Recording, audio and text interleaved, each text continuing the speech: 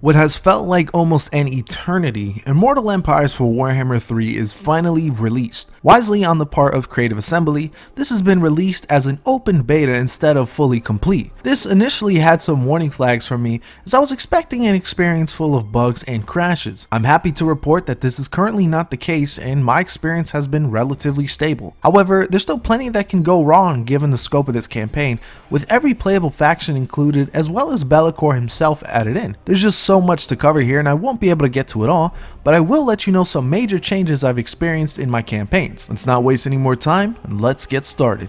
As stated in my Warriors of Chaos review, the menu has changed as part of the 2.0 update. I gotta say, seeing all these races as available choices is definitely a sight to behold. I really wonder if a campaign with this level of scope will be attempted ever again by Creative Assembly. The only two choices I can think of are Warhammer 40k or even Age of Sigmar. From a historical perspective, Medieval 3 can be done, but the unit variety will be nowhere close to this. For the factions I've played prior to this review, we got Malekith of the Dark Elves, Wulfric the Wanderer of Norsca, and Vlad the Chad from Vampire Counts. All three offered very unique experiences, with my favorite being Malekith's campaign. I would say this is due to the fact that diplomacy was a huge focus for me, teaming up with other Dark Elf factions to finally take my rightful place upon Ulthuan. Speaking of diplomacy, many of the factions don't seem to have much of an option to pursue it. It makes sense for the Chaos factions including Norsca, but I was surprised at the lack of options for Vlad himself. Even though he starts with a non-aggression pact with Reichland,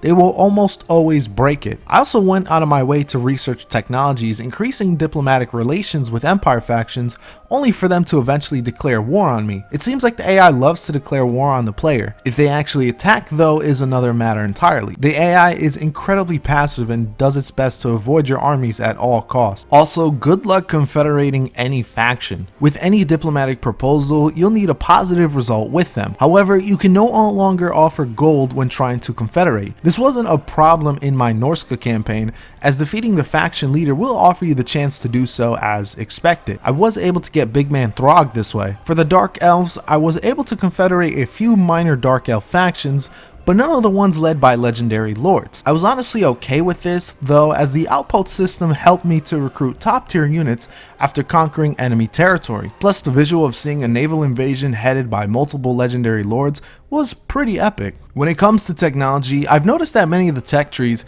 have changed entirely or have been slightly altered to reflect the new mechanics and factions. This is a nice way to explore possibilities for a faction that may not have been possible before. For the Vampire Counts, their technologies can give huge buffs to low tier skeletons. Other technologies I've noticed gives bonuses to alliance points to recruit troops via outposts. Currently, you can only have 4 allied units in an army, but I'm hoping this will be increased, or if you can increase the limit via technologies in the future.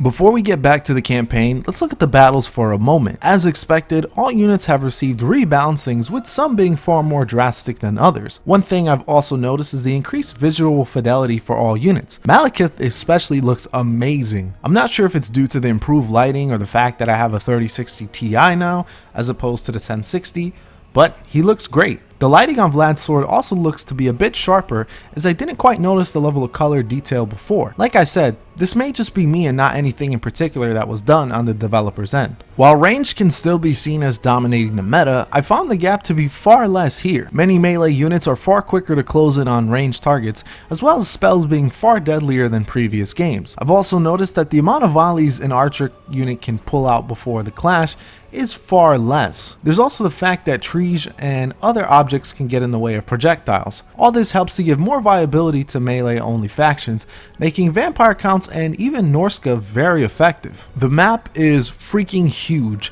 and that was to be expected. Due to the size, traversing it can be a pain. One of the new features introduced to help with travel are known as sea lanes. You can send an army to these lanes located on a map. After a turn or so, they will appear on another part of the map. These are great in concept, but I only ran across one as the Dark Elves. The only reason I noticed it is because it was incredibly close to my starting location. There is also a reworked endgame scenario where one of several things can happen. Instead of just chaos, It can be one involving wood elves, tomb kings, dwarves, vampire counts, or greenskins. The method of spawning varies, but it just ends up being a ton of doomstack armies spawning that need to be taken care of. I got the wild hunt, which involves a ton of wood elves spawning near forests. I had one forest, so I dealt with it relatively quickly in my Malekith campaign. I personally never really cared about these endgame scenarios in the past, as my mind still remains the same. However, I am curious about more interesting possibilities for the future. Maybe a cinch one where all the factions get shifted around the maps